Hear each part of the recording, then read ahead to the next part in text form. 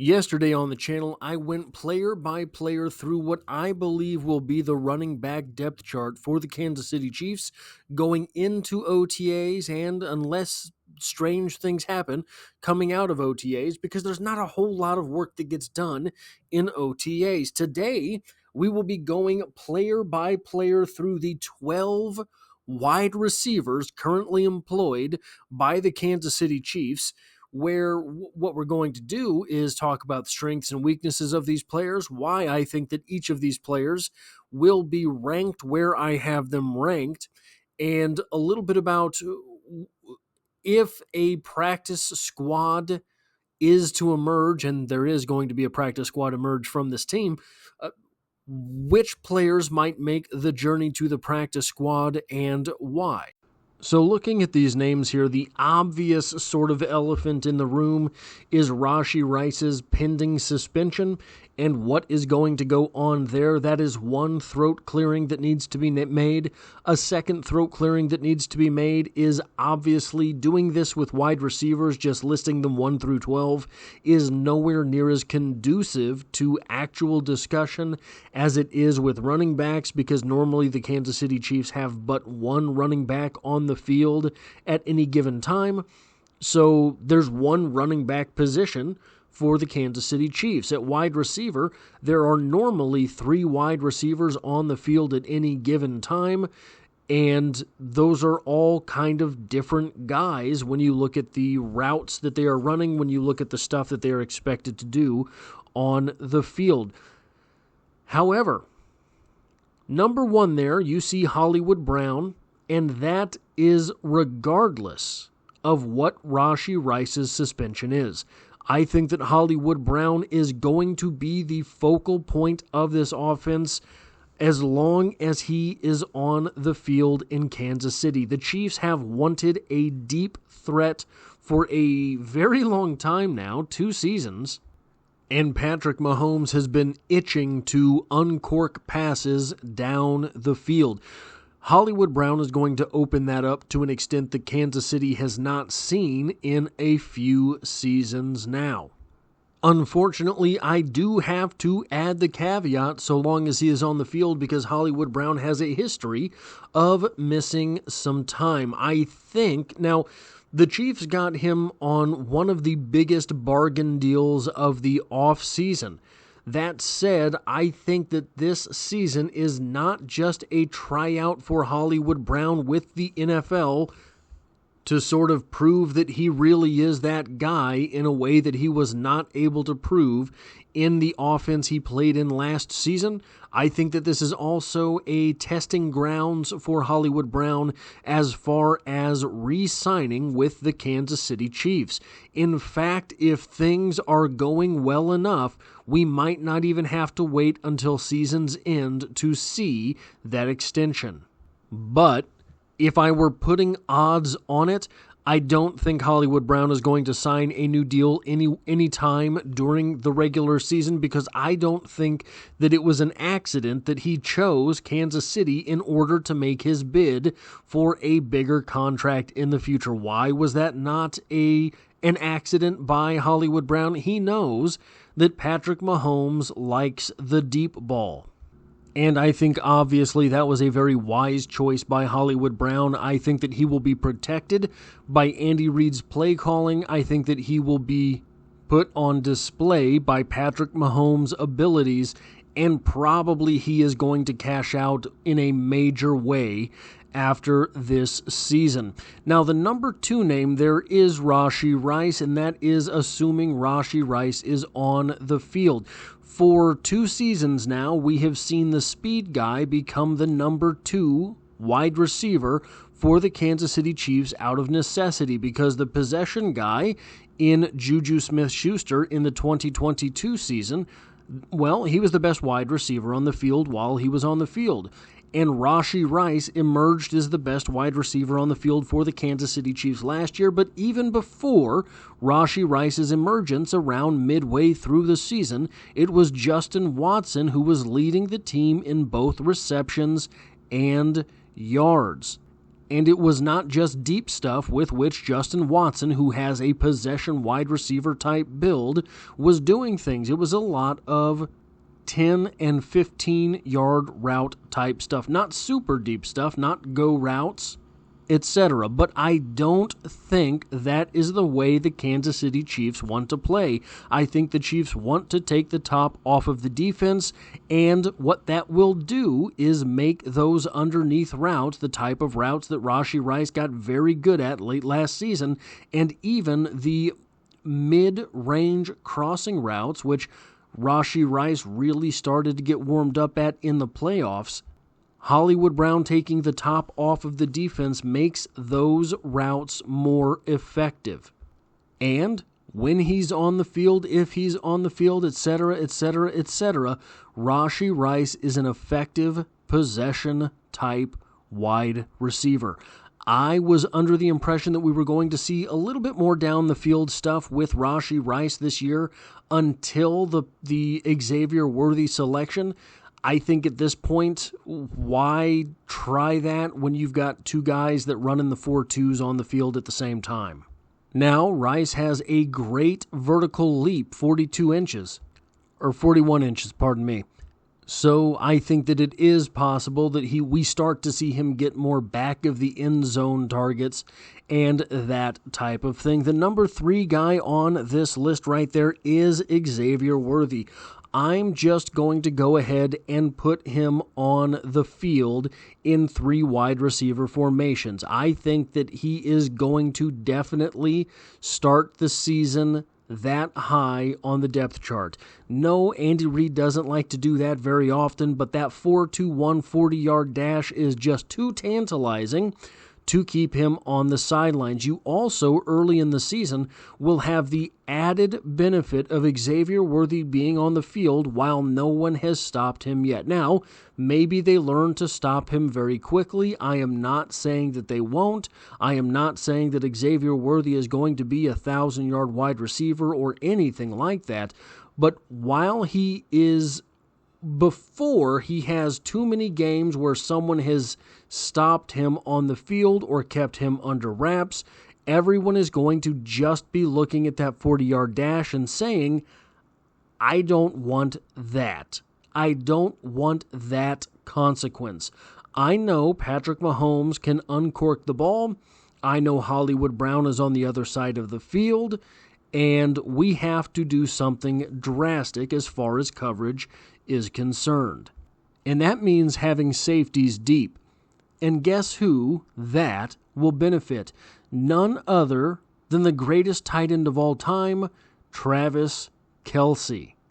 Now, it will also benefit Rashee Rice when he is on the field, if he is on the field, and Justin Watson, who I think will be running more of those mid-range routes this season. Speaking of Justin Watson, that's who I have at 4.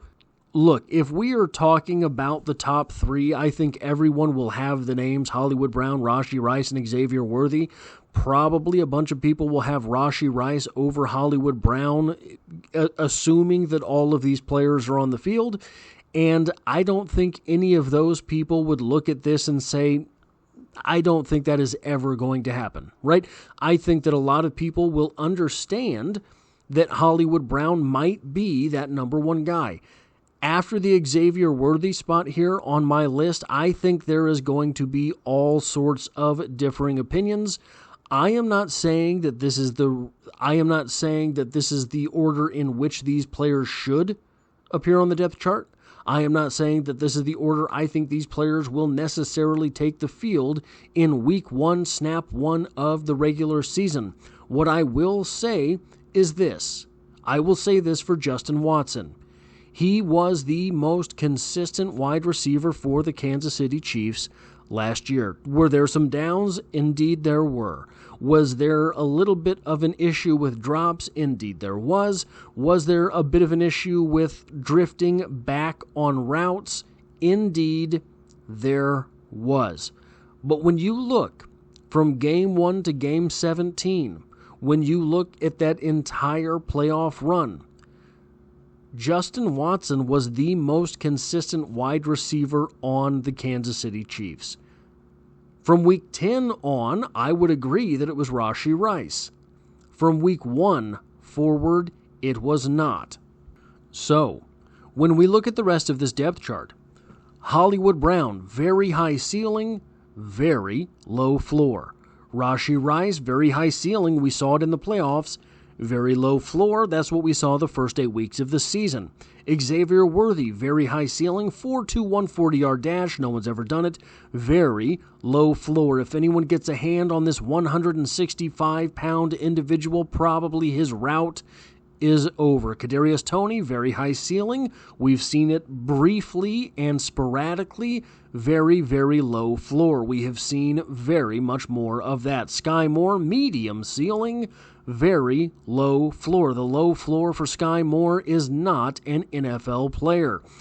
And guys, I mean that's the top 6 in the depth chart. While the ceiling on Justin Watson is middling at best, the floor is about where that ceiling is. So Justin Watson providing a steady hand on the field is something that I think is likely to appear at that 4th spot on the depth chart. Kadarius Toney at 5, the upside is simply too tantalizing. I think perhaps we are witnessing Brett Veach attempt to position Kadarius Toney for a trade out of Kansas City. We saw last season Ihmir Smith-Marsette net not an entire 7th-round pick for the Kansas City Chiefs, but 20 spots-ish, maybe upwards of 30 spots in the 7th round, as the Panthers and the Chiefs have flipped 7th-round picks, assuming that that trade is fulfilled. And is it embarrassing if you have to trade Kadarius Toney for a 7th-round pick? Maybe. But guys, you've already won that trade. The Kansas City Chiefs have absolutely already won the Kadarius Toney trade. They got a Super Bowl victory the first season that Kadarius Toney was in town, and he contributed in that Super Bowl. They got a Super Bowl victory the second season Kadarius Toney was in town. That season, Kadarius Toney was a bit of a train wreck. So, in my opinion, they have already won the trade. The upside on Kadarius Toney is simply tantalizing. If you think you can squeeze that toothpaste out of the tube, you leave him on the roster, and at that 5th spot, he's not going to ruin anything.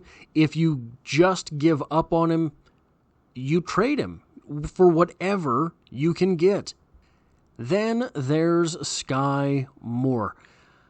I'm honestly not sure Skyy Moore plays football for the Kansas City Chiefs this season. I do not know that he is a tradable asset. And if you were talking about tradable assets, Skyy Moore is the last name on this 12-man deep list that would have any value, barring, of course, a breakout preseason. That's what got it done for Ihmir Smith-Marsette.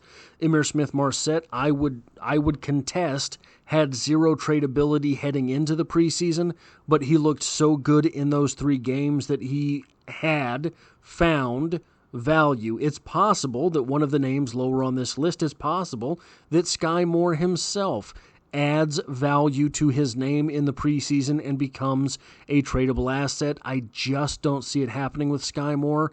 I was wrong about Skyy Moore. Now, I wasn't elated at the Skyy Moore pick, but when I looked at it, I thought, yeah, this is probably a decent pick. This is probably a decent piece to have in your wide receiver core, a guy who will consistently be productive.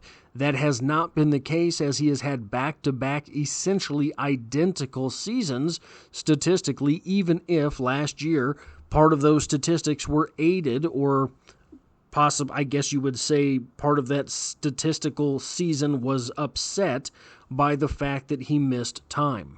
But this is the real telling factor for me when I look at this list of names. I can see no reason to have Skyy Moore on the field ahead of Kadarius Toney. I can see no reason to have Skyy Moore on the field ahead of Justin Watson, Xavier Worthy, Rashee Rice, Hollywood Brown. I can see no reason to put Skyy Moore on the field ahead of any of those players.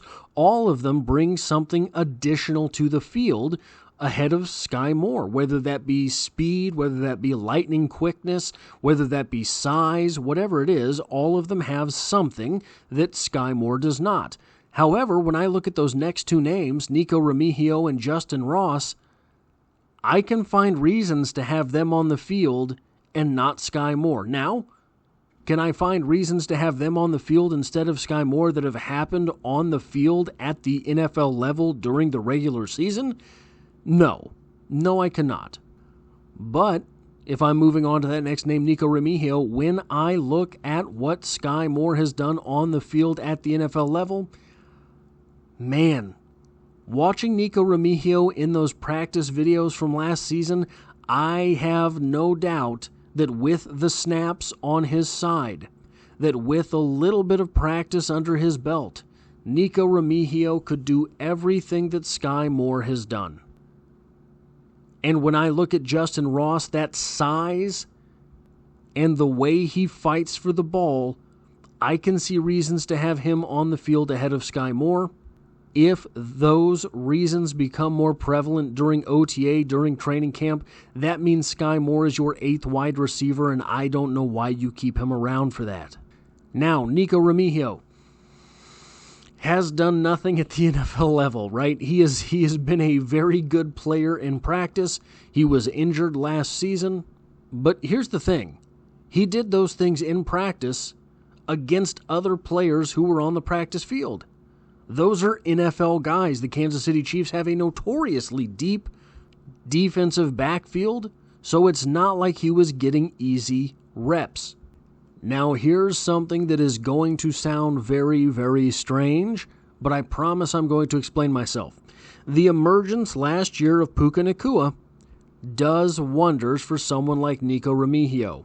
Not because they are the same guy. Puka Nacua is nearly 6'2" and 200 pounds. But Puka Nacua, besides the height, right? The height is a plus for Puka Nacua. Besides the height, Puka Nacua was a guy who did not show anything as far as what it means to be an athlete in the NFL. He honestly, when you look at the numbers, looks like a body on the field. Throw on some shoulder pads, snap a chin strap, all of a sudden he's Superman. That is a pro Nico Remigio argument because Nico Remigio does not have any plus characteristics as far as the physical stuff is concerned. At least not the stuff that's necessarily measurable. But he is a scrapyard dog at the wide receiver position. That's kind of also what Puka Nacua is. So I think that seeing that will give extra credence to the fact that maybe this Nico Remigio guy, we can keep him around and see what he can actually do on the field and not hold that size and 40-yard dash against him. By the way, just putting it out there, 19 reps on the bench press for Nico Remigio. At 5'9", 187, the guy has a dog inside him. Next name on this list that is going to get me in trouble is Justin Ross. Why have Justin Ross below Nico Remigio? Some would ask, why have Justin Ross behind Skyy Moore and Kadarius Toney? Just because we haven't seen it in the NFL. We haven't seen it in the NFL, and as far as why do you have Justin Ross behind Nico Remigio, we haven't seen it in the NFL, and Justin Ross has had some opportunities. So if cats have 9 lives, Justin Ross has already had a couple of those opportunities. Nico Remigio has not. Now, while these videos still exist on the channel, because I'm going to have to go back and delete them in a few weeks here, you can go back and look at how elated I was that Justin Ross had signed with the Kansas City Chiefs. I have been a very large Justin Ross supporter since he became a UDFA with the Chiefs. I thought that injury history or not, what Justin Ross had done on the field, even if it was by that time already a couple years old, warranted a 5th-round selection. If he does not emerge this preseason, I think this is the last we will see of Justin Ross in Kansas City. I hope he does emerge, but I think that he is on the last of his opportunities here in Kansas City. Next name on this list, Montrell Washington. I don't really know what Montrell Washington offers that no one else on this list offers, and I don't know that he does anything better than anyone else or necessarily as good as anyone else. Absolutely a great depth guy to have around, but, here's where we start to talk about it. When you're making decisions about your practice squad, what do you want to keep around? Montrell Washington, 5'10", 170, 25 years old already, runs a 4.48 40. Hasn't really shown any promise anywhere on the field besides kick returner. Or do you want to keep Nico Remigio around, who maybe can do some of the kick return stuff?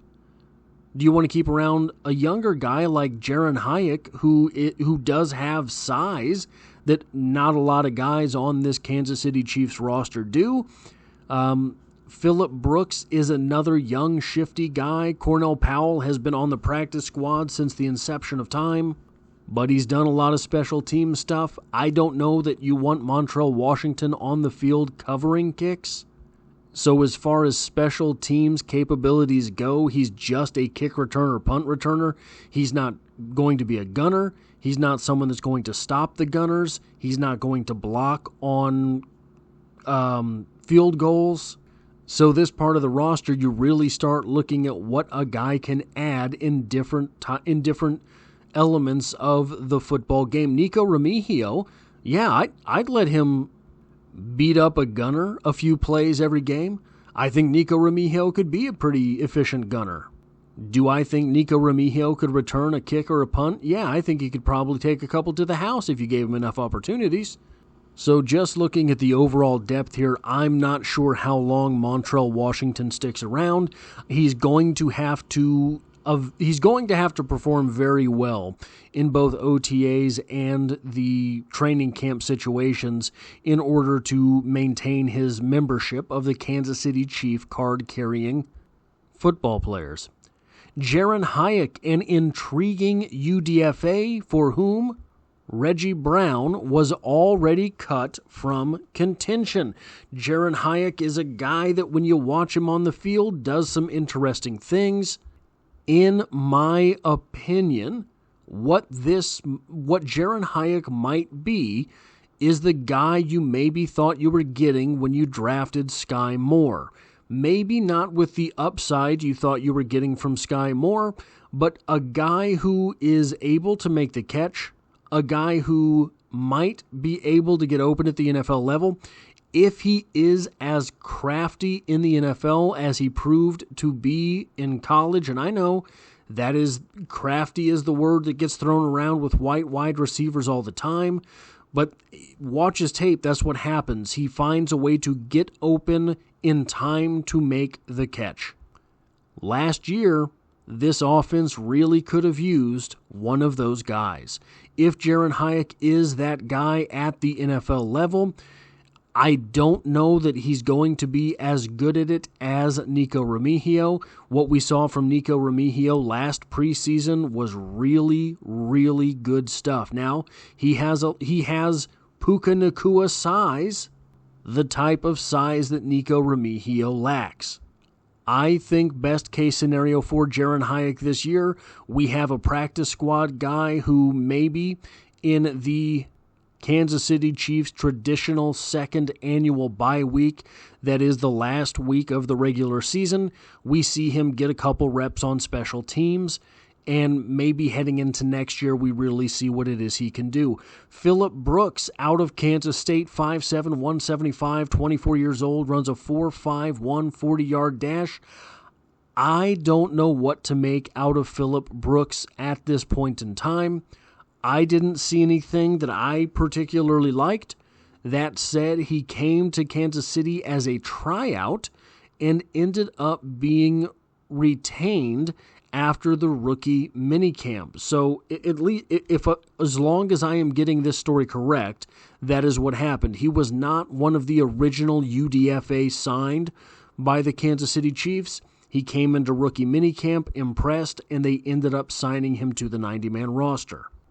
And lastly, Cornell Powell, a guy who has been on the roster for a very long time now, a guy that has to have earned the respect of Chiefs fans because he has been willing to stick around, he has been willing to gut it out, he has been willing to work at all of those things he has to do in order to be a special teams guy, and rarely even get called on for that opportunity.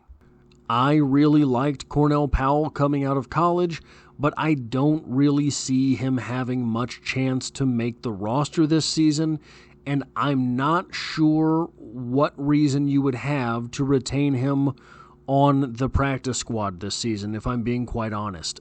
So, sort of as a last thought here, the only two people that I can see really skyrocketing up this board are Nico Remigio and Justin Ross. If, for example, Kadarius Toney has a monster preseason and he's just mossing people in training camp, I think Brett Veach is going to take that opportunity to ship that tape off to other teams and say, look, he's worth a third-round pick, man. Look at what he's doing in practice. We just don't have the spot for him. We would love to retain Kadarius Toney, but you don't need your third-round pick, do you? I think that's what's going to happen if Kadarius Toney emerges in the preseason as something much greater than we have seen him be so far. Skyy Moore, I think, has had too many chances. He's kind of proven himself to be what he is. Nico Remigio and Justin Ross. Justin Ross has had a couple opportunities, but not a whole lot. So I could see both of those names making some leaps and bounds in the preseason. Everyone else, maybe they move up or down a couple spots. Justin Ross, I could see if he has worked on some things, if he is 100% healthy, if he comes out doing what it was we saw him do in college, Justin Watson's time on that top four could be limited. Nico Remigio, I think, could be in contention for that fifth spot, which does not sound glamorous, but it's a guy who's going to get some reps on the field and going to catch some passes from Patrick Mahomes in the NFL, so I think it is fairly prestigious. So that's it, guys. Those are my thoughts on the wide receivers as they are currently constituted on the Kansas City Chiefs roster. I plan to have both the offensive line and the tight ends at some point this week, and then we will matriculate our way through the defensive positions as well. I don't know if it's really worth doing a quarterback episode. I think we all kind of know how the quarterback will play out here in Kansas City. Likely, Patrick Mahomes will be the starter heading into the season, though we've got a very popular new backup in town. Now, I will have a few more profiles on the UDFA players in the 2024 draft picks playlist, but it is going to take me a little bit of time on those. And here's something I don't normally do. I usually just let the hate comments roll off my back. It doesn't bother me one way or another. I have had plenty of that sort of thing in my life to differing proportions, but there's one after yesterday's video from Daryl. What is this drivel? Quote, I should say quote, from Daryl. Quote, what is this drivel? LRZ is from Wales, not Liechtenstein, and his 4.43 time was clocked at his pro day in USF. Do you make up random facts rather than do 5 minutes of research on Google? End quote. Well, Daryl, no, I don't just make things up. Daryl, calm down. Daryl, I know that Louis Snickers Zamit is from Holland. Okay, I know that. Liechtenstein was a joke because Liechtenstein is inherently funny. Do I know that not only did LRZ run a 4.23 40-yard dash at Missouri Western State University? Yes, I do know that. Did you know that he also won a fitness contest, random fitness contest? These things are just put on in St. Joe. I don't know if you knew that. They will just have random outbreaks of fitness contests on the street, and you can participate and even win. LRZ did that in St. Joe. I know that, Daryl, because LRZ is my cousin, okay? Daryl. So how Daryl you question me? All right? That's all I have for this video. If you like or appreciate what I do on the channel, hitting the like button really does help me out, as it tells YouTube to share this video with other Kansas City Chiefs lovers. If you find yourself here by chance but not design like Daryl, consider hitting the subscribe button in order to stick around for more. If you want to help me that extra mile because YouTube plays just as nice as Daryl, then there is a link to my Patreon to be found in the description below. And that's kind of all I got. I hope to have you back for the next one.